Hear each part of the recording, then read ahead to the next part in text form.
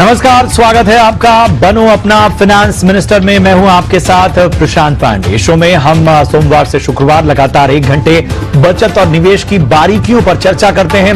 हमारा मकसद है देश के हर कोने में निवेश की जागरूकता को बढ़ाना, हर नागरिक को वित्तीय साक्षरता की मुहिम से जोड़ना और फाइनेंशियली जो कहते हैं एक लिटरेसी बढ़ाना, और तमाम बातों को बड़ी आसान भाषा में हम पेश करते हैं। आज भी बहुत कुछ खास होगा, तो चलिए जानते हैं आज ऑन द शो में आपके लिए अगले 1 घंटे में क्या खास हम लेकर आ रहे हैं। तो सबसे पहले जानेंगे क्यों जरूरी है निवेश से पहले लक्ष्य तय करना, किसी भी लक्ष्य का होना, और निवेश अवधि और लक्ष्य के हिसाब से किस तरह से आप चुने सही फंड, क्यों बाजार की गिरावट में इक्विटी से नहीं एग्जिट करें, रिटर्न के साथ महंगाई दर को भी क्यों समझना आवश्यक है, इन सारे पहलुओं पर फोकस करेंगे।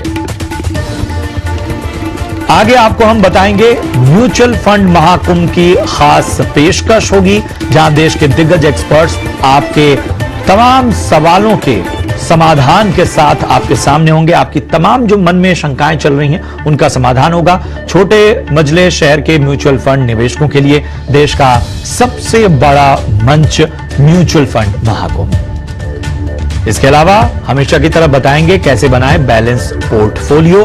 वहीं अगर निवेश, इंश्योरेंस, क्रेडिट कार्ड, क्रिप्टो और लोन से जुड़े आपके सवाल हैं तो आप अपने सवाल बनो अपना फाइनेंस मिनिस्टर में भेज सकते हैं। सवाल पूछने के लिए व्हाट्सएप करें। व्हाट्सएप पर जाकर आप ये जो नंबर आपके स्क्रीन पर फ्लैश हो रहा है, इस पर आप अपना सवाल वीडियो बनाकर भी हमें भेज सकते हैं। हम आपके सवालों को शामिल करेंगे।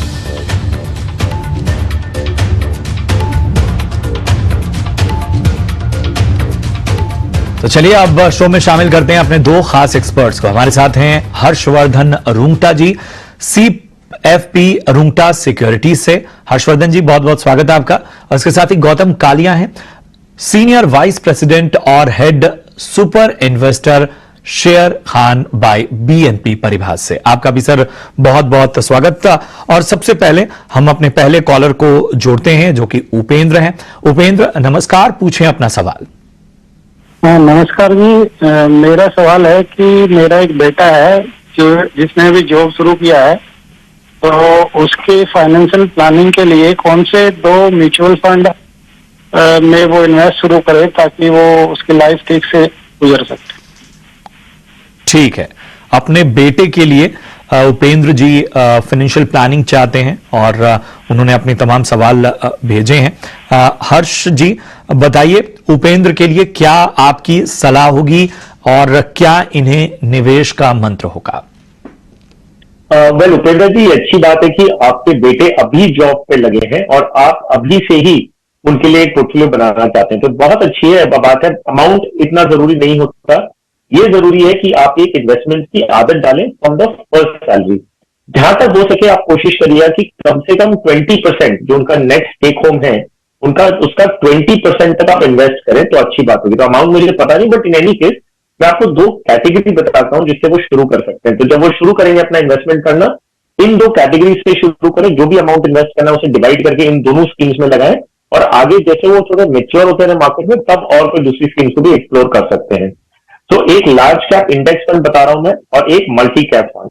सो लार्ज कैप कैटेगरी में आप ICICI Pru BSE Sensex plan एक ऑप्शन है, और मल्टी कैप में Nippon India multi cap fund. इन 2 स्कीम से आप उनका निवेश शुरू करें और SIP के जरिए करें, ताकि इन्हें मार्केट की एवरेजिंग होती रहेगी और इन्हें मार्केट में थोड़ा कॉन्फिडेंस आएगा आगे जाते हुए। दूसरी बात उपेंद्र जी, आपने अपना पोर्टफोलियो भी भेजा था मुझे और ये कहा था कि ये पोर्टफोलियो को भी जरा देखना है हमें। तो क्विकली उस पोर्टफोलियो को भी बता दूं, आप 10 स्कीम में इन्वेस्ट करें, 1000 रुपया हर स्कीम में। तो देखिए 10 स्कीम आपको जरूरत नहीं है। अगर आप महीने का 10,000 इन्वेस्ट कर रहे हैं तो 3 या 4 स्कीम्स आपके अगर पोर्टफोलियो में होती है तो डाइवर्सिफिकेशन जो पर्पस है पूरा वो हो जाता है। तो थोड़े बदलाव आपके पोर्टफोलियो में बता दूं, आप 4 स्कीम रिटेन करिए और चारों में आप 2,500 रुपया इन्वेस्ट करिए। और ये जो चारों स्कीम्स मैं आपको बता रहा हूं ये आपके पास ऑलरेडी है, तो आपको कोई नया फोलियो वगैरह खोलने की जरूरत नहीं है, सिर्फ अमाउंट कंसोलिडेट करना है। तो HDFC फ्लेक्सी कैप आप रिटेन करेंगे, SBI contra fund, Kotak emerging equity fund and ICICI Pru balance advantage fund. इन चारों स्कीम्स में जो आपके पास ऑलरेडी है, इसमें 1000 की जगह 2,500 ईच कर दीजिए। बाकी की जो आपकी स्कीम्स है सब में से रिडीम करके इन्हीं 4 स्कीम्स में इक्वली डिवाइड कर लें। ताकि आपका पोर्टफोलियो कंसोलिडेट हो जाएगा, हर मार्केट सेगमेंट में आपको एक्सपोजर मिलेगा और आपका ट्रैकिंग, मॉनिटरिंग और जो आप पूरा परफॉर्मेंस ट्रैक करना चाहते हैं सब थोड़ा आसान हो जाएगा आगे जाके। ठीक है, तो उपेंद्र जी आपको अहम सलाह मिली होगी, लेकिन कोई और बात, कोई और शंका आपके मन में जो आप जानना चाहते हैं तो आप पूछ सकते हैं। नहीं, मेरी जो क्वेश्चंस थे, क्वेरी थी, वो रिजोल्व हो गई है। मेरे को बहुत अच्छी सलाह दी है रोंगटा जी ने, मैं इनका धन्यवाद देता हूँ और आशा करता हूँ कि आपका ये महाकुंभ पूर्ण रूप से सफल हो और इससे लोग फायदा उठाएं।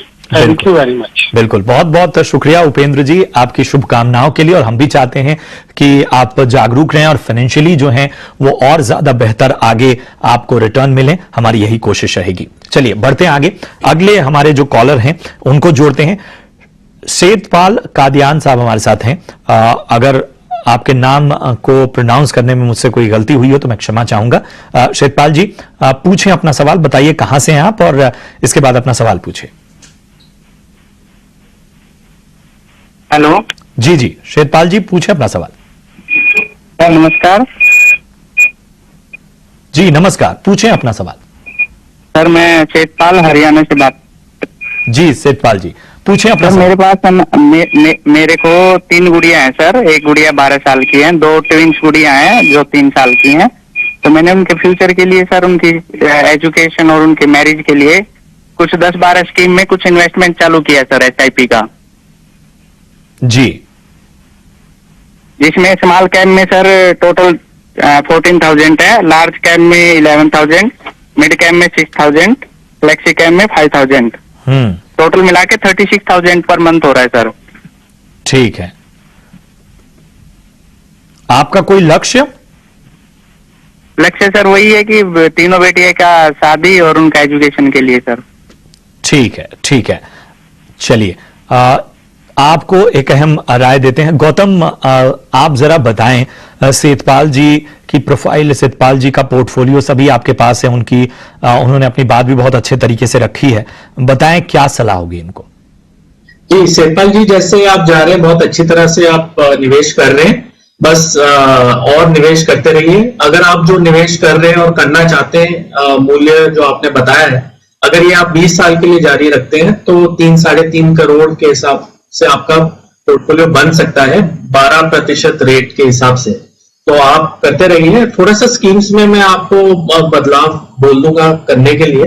आपका अभी जो सिप चल रहा है वो 29,000 का चल रहा है, जिसमें आपका एलोकेशन सिप में ही मिड कैप और स्मॉल कैप में बहुत ज्यादा है। तो थोड़ा सा मैं वहां पे शिफ्ट करना चाहता हूं। तो जैसे कि HDFC मिड कैप है, क्वांट मिड कैप है और HDFC स्मॉल कैप है, उसमें से मैं थोड़ा सा निवेश कम करके किसी और स्कीम्स में बताऊंगा। तो आपका मूल्य जो है ऐसे दिखना चाहिए, तो आप जब शिफ्ट कर देंगे तो आपका महीने का सिर्फ ऐसे जाना चाहिए। आपका ICICI प्रूडेंशियल ब्लू चिप में 5,500 डालिए महीने का, SBI ब्लू चिप में 5,000 डालिए, HDFC मिड कैप अपॉर्चुनिटीज में जैसा है वैसे रखिए 2,500 का, निपॉन इंडिया स्मॉल कैप में 5,000 का जारी रखिए, क्वांट स्मॉल कैप में 2,000 का, टाटा स्मॉल कैप में 2,500 का, मेरे एसेट टैक्स सेवर में 5,000 और HDFC फ्लेक्सी कैप में 7,500। तो इससे आपका जो मूल्य हो जाएगा वो 35,000 हो जाएगा जो आप डालना चाहते हैं, और इससे आपका लार्ज, मिड और स्मॉल में अच्छा एलोकेशन भी हो जाएगा, जो अभी लार्ज की तरफ थोड़ा सा कम है।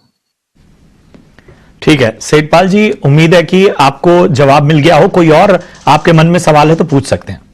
सर मैंने ना 2 स्कीम में लमसम में किया है sir. HDFC mid cap opportunity में 55,000, SBI large and mid cap में 25,000। तो ये क्या सही है सर, लमसम में दोनों स्कीम? ठीक है, गौतम जी आप बताइए कोई नजरिया आपका इस पे। तो वो स्कीम्स ठीक है, बस सिप में ही थोड़ा सा चेंज करना चाहिए, वो आप कर दीजिए।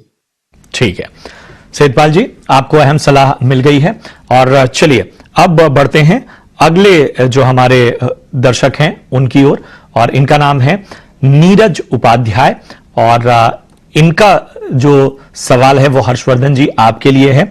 और उनका कहना है कि आदित्य बिरला के इनके LSS फंड है, उसमें 1.25 लाख का है और उसका लॉक इन कंप्लीट हो गया है और इस साल क्वांट टैक्स में 25,000 उन्होंने डाला है। बाकी आईसीआईसीआई प्रूडेंशियल का टेक्नोलॉजी फंड एसआईपी उनका चल रहा है, 1,000 की अभी उनकी एसआईपी है और 5,000 की एसआईपी स्टार्ट करना चाहते हैं। कई और भी सवाल थे जो उन्होंने हम तक पहुंचाए हैं, जो हमने आपको बताए भी हैं। बताइए क्या सलाह होगी नीरज उपाध्याय जी को? देखिए, उपाध्याय जी ने ना जो इन्वेस्टमेंट अभी ईएलएसएस फंड में किया है, वो कह रहे हैं कि इसका जो लॉक इन पीरियड है खत्म हो चुका है और ये अपना जो अभी फ्रेश इन्वेस्टमेंट जो एसआईपी चल रही है प्लस इन्हें जो एडिशनल एसआईपी करनी है वो 5,000 रुपए की बढ़ानी है। तो एक अच्छा मौका है जहां पे ये अपना पूरा पोर्टफोलियो रीअलाइन कर सकते हैं और वो चीज करने के लिए ये इस तरह से इन्वेस्ट करें। लमसम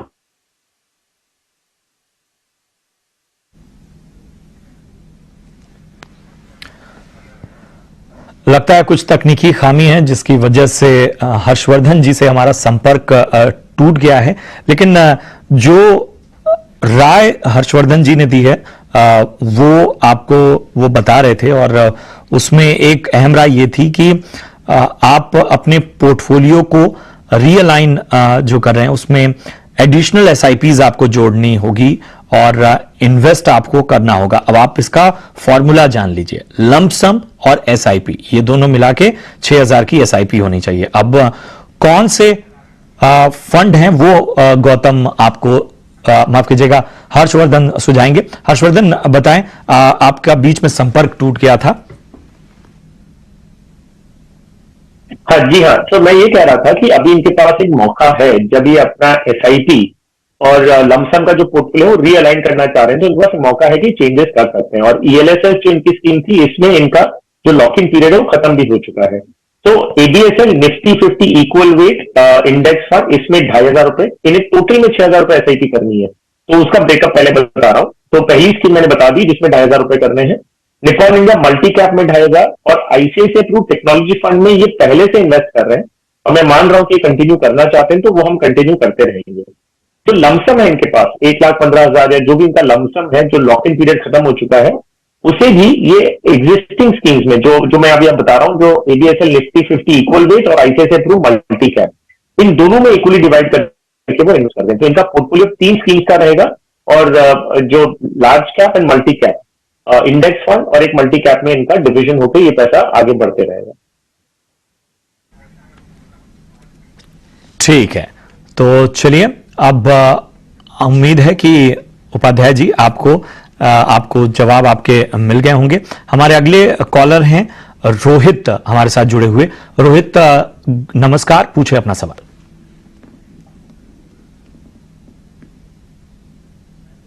रोहित आप तक आवाज पहुंच रही है? ये सर जी रोहित नमस्कार, पूछे अपना सवाल। सर मैं एक लॉ स्टूडेंट हूँ, मैं बीए एलबी पढ़ाई कर रहा हूँ और साथ के साथ मैं एक पार्ट टाइम काम भी करता हूँ जिसमें जो मेरी अर्निंग है वो 12,000 पर मंथ है।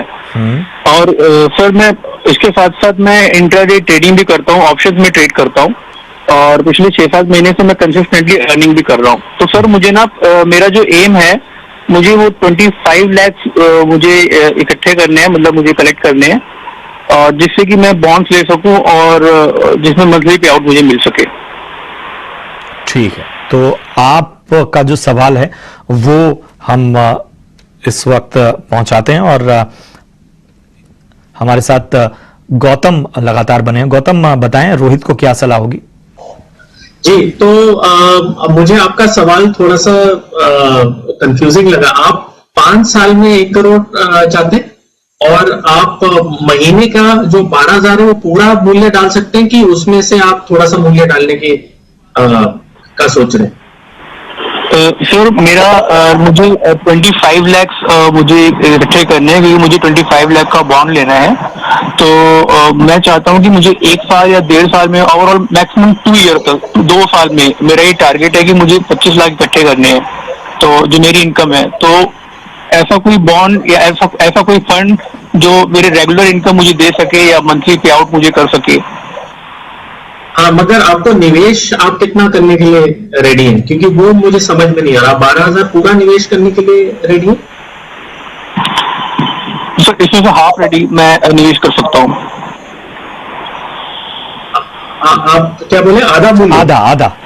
आधा। अच्छा अच्छा, देखिए, तो अगर आप कोई भी इक्विटी इन्वेस्टमेंट में जाते हैं, इक्विटी म्यूचुअल फंड ले लीजिए, अगर उसमें जाते हैं तो हम रिटर्न एज्यूम करते हैं अराउंड 12%।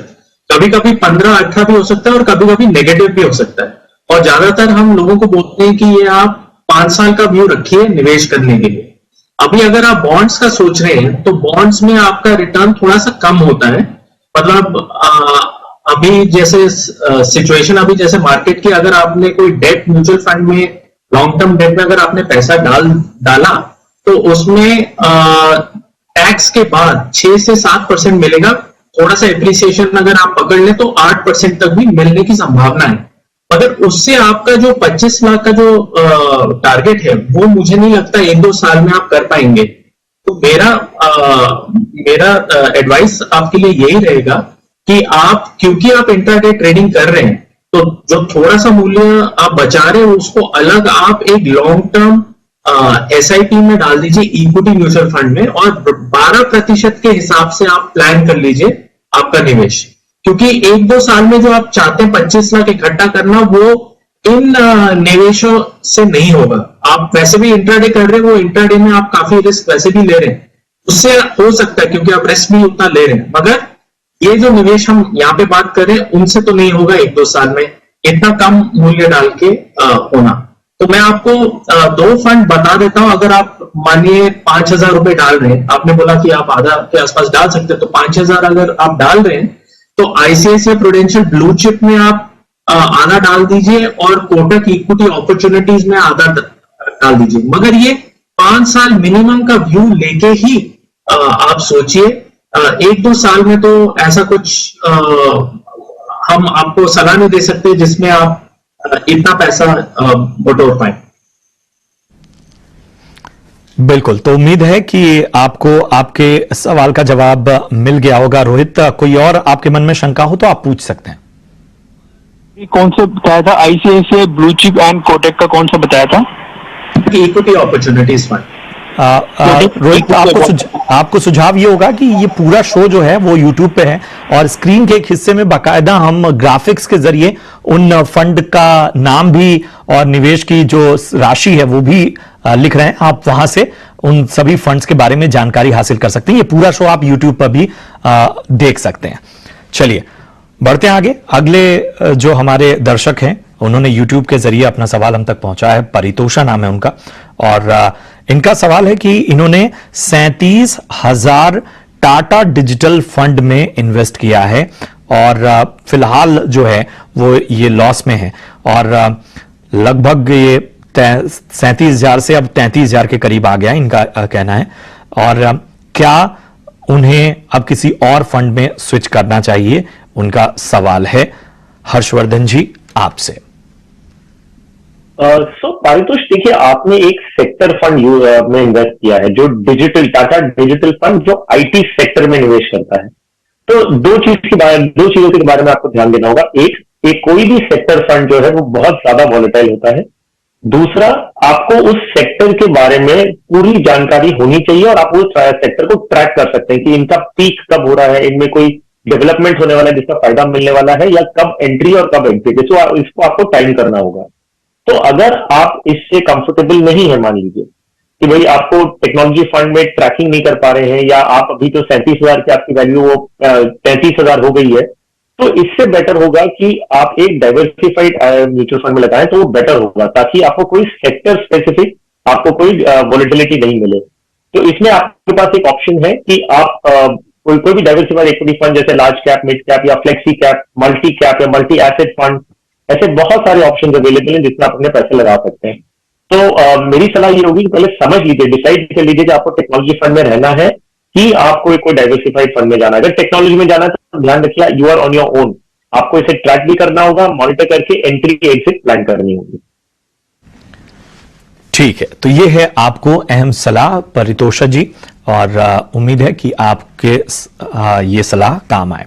चलिए अब सवालों के सिलसिले को हम यहीं रोकेंगे और अब अपने दोनों एक्सपर्ट से उनके गुरु मंत्र जानेंगे। गौतम, सबसे पहले मैं आपके पास आना चाहूंगा, बताइए आज आपका गुरु मंत्र क्या होगा?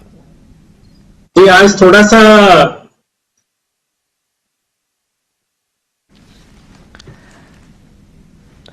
आज थोड़ा सा डिप्रेसिंग आवाज आ रही है मेरी? जी जी हाँ, थोड़ा सा डिप्रेसिंग गुरु मंत्र है महंगाई के बारे में। हम वैसे इस शो में काफी चर्चा करते हैं पावर ऑफ कंपाउंडिंग की, और हम बताते हैं कि जितनी देर के लिए आप पैसा रखेंगे उतना ही कंपाउंड होगा आपका पैसा, उतना ही आपको ग्रोथ मिलेगा। एक चीज हम सबको ध्यान में रखना है कि इन्फ्लेशन, जो महंगाई है जो हर साल बढ़ती है, वो भी कंपाउंड करती है। तो ये चीज आपको ध्यान में रखना है जब भी आप कोई फाइनेंशियल प्लान करें। आपको ये ध्यान में रखना है कि जो हमें 5, 6, 7% की जो न्यूज़पेपर में पढ़ने के आते हैं wholesale price inflation, core price inflation, ये जो रेट्स हमें बताते हैं मैट्रिक्स, वो भी रेट जो है वो कंपाउंड होता है। मतलब महंगाई भी उसी तरीके से बढ़ती है हर साल, और उसमें कुछ उतार चढ़ाव थोड़ा सा होता है, मगर वो महंगाई हमने पिछले 20-30 सालों में तो देखी है, उसी रफ्तार में बढ़ रही है। और ये चीज हमें ध्यान में रखनी चाहिए जब हम निवेश कर रहे हैं, और इसलिए उसी तरीके से हमें निवेश करना चाहिए जिससे हम इन्फ्लेशन के कंपाउंडिंग को से ज्यादा रिटर्न कमा पाए। हर्षवर्धन जी, समय की पाबंदी है, जरा फटाफट से बताएं आज आपके गुरु मंत्र क्या है? जी हाँ, मैं ये कहूंगा कि जब भी आप अपना पोर्टफोलियो बनाएं, उसे डिवाइड करिए, कोर एंड सैटेलाइट पोर्टफोलियो के रूप में बनाएं। कोर पोर्टफोलियो में करीबन आप 40 से 50% अपना इन्वेस्टमेंट लगाते हैं, और वो कोर पोर्टफोलियो क्या होता है कि जो एक वेल एस्टैब्लिश्ड लार्ज कैप या ब्लू चिप कंपनीज होती हैं, जो वोलेटिलिटी को बहुत अच्छी तरह, या डाउन जब मार्केट नीचे गिरता है तो उससे उस समय ये आपको वोलेटिलिटी कम देती है। तो कोर पोर्टफोलियो आपका 40 से 50% कोर पोर्टफोलियो में जाना चाहिए, जो essentially large cap well established companies का होगा। बाकी का जो हिस्सा है ये एक सैटेलाइट पोर्शन होगा, जिसमें आप sector fund, thematic, mid cap, small cap, कोई भी जो ज्यादा रिटर्न पाने की आपकी जो रिक्वायरमेंट होती है वो वहां से फुलफिल होती है, जिसमें high volatility, high risk, high reward का रेशियो होता है। तो इस तरह जब आप अपना पोर्टफोलियो बनाएंगे तो आप बेस्ट ऑफ द वर्ल्ड ले सकते हैं, जो बेस्ट स्टेबल कंपनीज है, at the same time growing companies का फायदा ले सकते हैं। तो ये पोर्टफोलियो कॉम्बिनेशन को ध्यान रखते हुए अपने पोर्टफोलियो में स्कीम्स जोड़ा करें। तो ये गुरु मंत्र आप जरूर ध्यान दीजिए। अपने दोनों खास एक्सपर्ट गौतम जी और हर्षवर्धन जी, आप दोनों का बहुत बहुत शुक्रिया इस खास विश्लेषण के लिए और तमाम सवालों के बेहतर जवाब और सलाह देने के लिए। बहरहाल यहां रुकेंगे एक छोटे से ब्रेक के लिए। ब्रेक के उस पार जब लौटेंगे तो होगा आपके लिए म्यूचुअल फंड का महाकुंभ, जहां हमारे दिग्गज एक्सपर्ट आपको बताएंगे निवेश से जुड़ी आपकी तमाम शंकाओं के समाधान। आप बने रहिए हमारे साथ।